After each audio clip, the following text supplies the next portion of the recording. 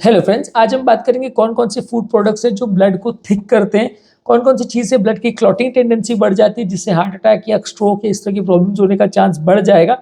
हमने already natural blood thinners पर food product पर बात करी थी, कौन कौन से फूड प्रोडक्ट्स ब्लड को थिन करते हैं। आज हम बात करेंगे कौन कौन से फूड प्रोडक्ट ब्लड को थिक करते हैं या गाढ़ा करते हैं, उस बारे में बात करेंगे।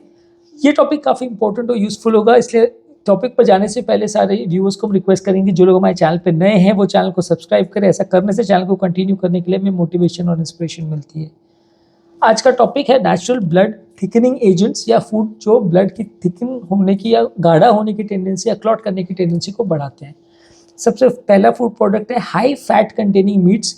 जो भी मीट है जिसमें अगर फैट कंटेंट बहुत ज़्यादा है, जैसे बीफ है, बेकन है, सॉसेज है, ये सारी चीज़ों में ब्लड को क्लॉट करने की टेंडेंसी ज़्यादा होती है। ये सारी चीज़ों में फैट कंटेंट ज़्यादा होता है जो कि हेल्दी नहीं है। इसके कंपैरिजन में आप लीन मीट लेते हैं, जैसे फ़िश लेते हैं, स्किनलेस पोल्ट्री या चिकन या टर्की, इस तरह की चीज़ें लेते हैं तो वो थोड़ा ज़्यादा हेल्दी है। कंपेरेटिवली ब्लड की क्लॉटिंग की टेंडेंसी कम होगी उससे। उसी तरह कोई भी फ्राइड फूड है, जैसे कि फ्रेंच फ्राइड है, चिकन है, या कोई भी चीज़ में आप ज़्यादा अमाउंट ऑफ तेल डालते हो, खासकर अगर ट्रांस फैट वाले तेल ज़्यादा यूज़ करते हो तो वो ज़्यादा बॉडी के इन्फ्लेमेशन को बढ़ाता है, ज़्यादा क्लॉटिंग टेंडेंसी को बढ़ाता है। इसके कंपैरिजन में आप बेक किए हुए फूड प्रोडक्ट्स, ग्रिल या स्टीम के फूड प्रोडक्ट्स या एयर फ्राई करके फूड प्रोडक्ट्स को ज़्यादा प्रेफर कर सकते हैं, क्योंकि ये ज़्यादा तेल जो है वो क्लॉटिंग टेंडेंसी को बढ़ाता है।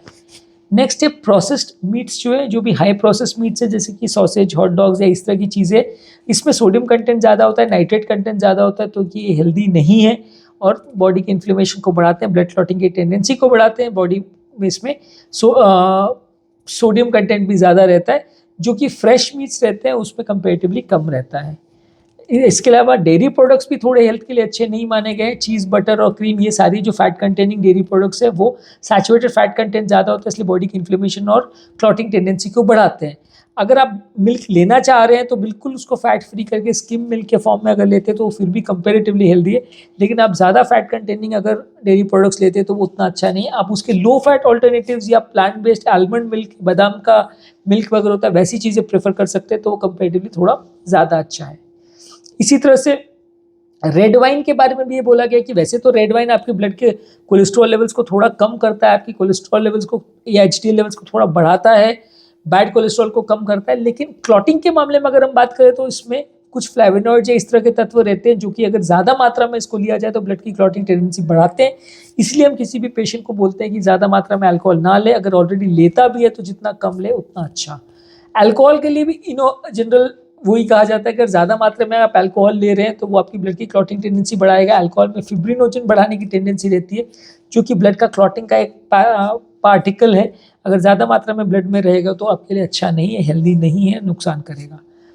इसी तरह जो सोया प्रोडक्ट्स है वो भी वैसे तो प्रोटीन कंटेंट के हिसाब से बहुत अच्छा माना जाता है। टोफू को, सोया मिल्क है, ये अच्छे प्रोडक्ट्स माने जाते हैं, लेकिन ज़्यादा मात्रा में अगर इनको हम लेते हैं तो इसमें फाइटो एस्ट्रोजेंस होते हैं जो कि ब्लड की क्लॉटिंग टेंडेंसी को बढ़ाते हैं, तो इसको ज़्यादा मात्रा में नहीं लेना चाहिए, उतना अच्छा नहीं है। हेल्दी प्रोटीन ज़रूर है लेकिन कुछ हद तक क्लॉटिंग टेंडेंसी बढ़ाता है, तो इसको थोड़ा सा देख के लेना है।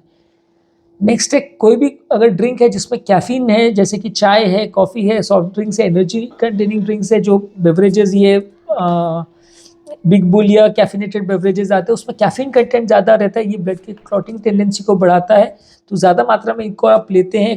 अगर काम करने वाले लोग दिन भर में ज़्यादा चाय, कॉफ़ी या एनर्जी ड्रिंक्स ले लेते हैं तो उनके लिए हेल्दी नहीं है, हार्ट अटैक का चांस बढ़ जाता है।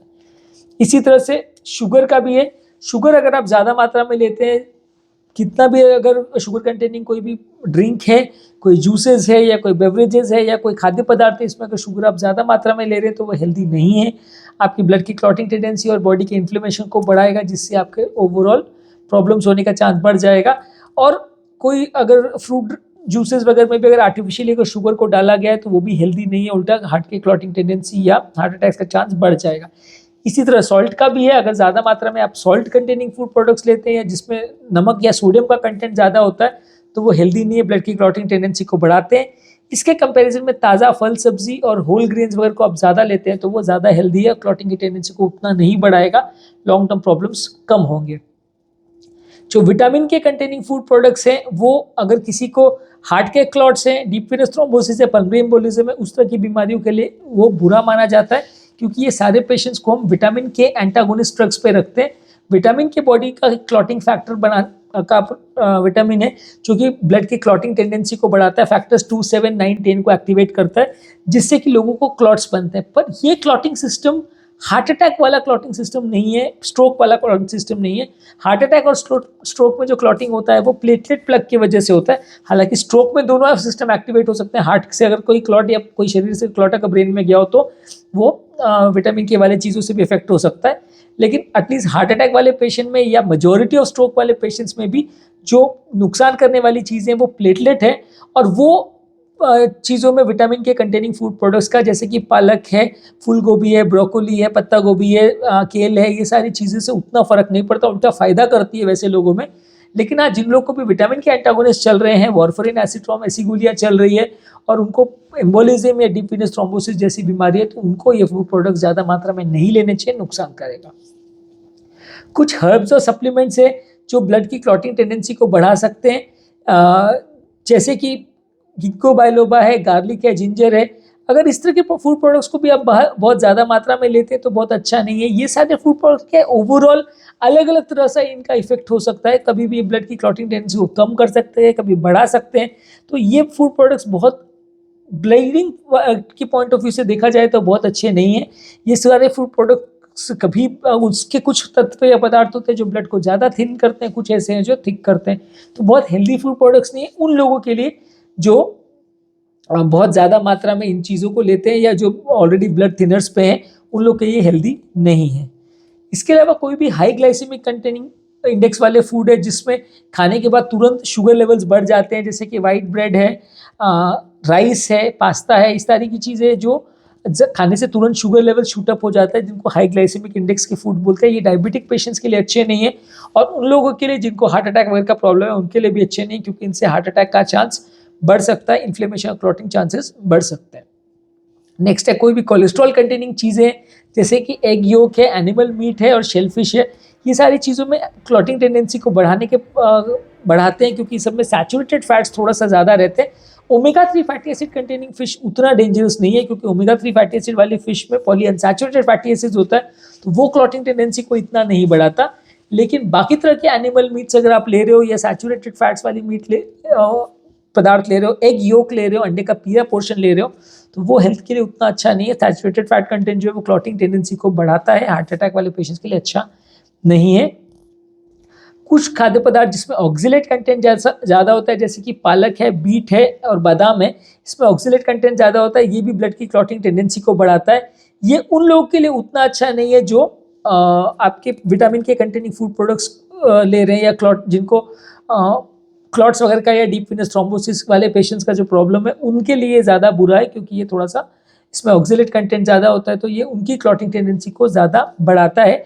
ऑक्जेलेट कंटेंट जो है वो आपके कैल्शियम को बाइंड कर जाता है, बॉडी में जो भी कैल्शियम है या ब्लड में जो भी कैल्शियम है उससे मिल जाता है, कंपाउंड बना लेता है, जिसकी वजह से क्लम्प्स बनते हैं, जिसकी वजह से ब्लड में क्लॉटिंग टेंडेंसी थोड़ी बढ़ जाती है। इसके अलावा लिकोराइस जो कि एक रूट है, ये मेडिसिन में भी काफ़ी चीज़ों में यूज़ करते हैं, कई बार इसको कैंडी या कुछ स्वीट्स बनाने के लिए भी यूज़ करते हैं। इसमें ग्लाइसेराइजिन करके एक प्रोडक्ट रहता है जो कि ब्लड की क्लॉटिंग टेंडेंसी को कुछ हद तक बढ़ा सकता है। तो ये लिकोराइज करके जो रूट होता है ये भी उतना हेल्दी नहीं है।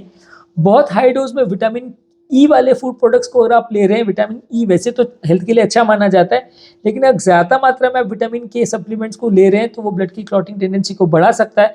अगर आप इनको ज़्यादा मात्रा में ले रहे हैं तो अपने डॉक्टर के साथ डिस्कस करिए, उसके बाद इन चीज़ों को ले तो ज़्यादा अच्छा, नहीं तो ये हार्ट अटैक का चांस थोड़ा बढ़ा सकता है।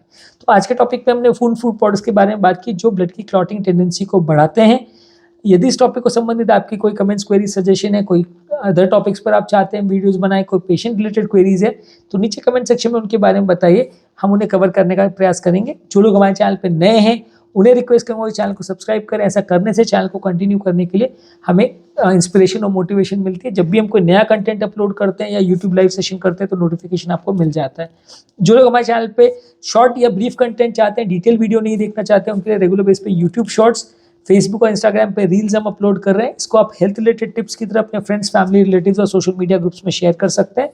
हमारे चैनल पे सारा कंटेंट प्लेलिस्ट में डिवाइडेड है, टॉपिक वाइज अलग अलग बीमारियों के हिसाब से प्लेलिस्ट बनाया हुआ है। BP, sugar, cholesterol, heart attack, angioplasty की प्लेलिस्ट है। जिस तरह का टॉपिक या कंटेंट आपको चाहिए उस प्लेलिस्ट को लिंक को क्लिक करिए। लिंक मैं डिस्क्रिप्शन बॉक्स और कमेंट सेक्शन में छोड़ दे रहा हूँ। आप उन्हें क्लिक करेंगे तो आपको उस टॉपिक से रिलेटेड मेरे चैनल पे जो भी वीडियोस है वो मिल जाएंगे, तो आपको ज़्यादा ढूंढने की मेहनत नहीं करनी पड़ेगी, ज़्यादा टाइम वेस्ट नहीं होगा।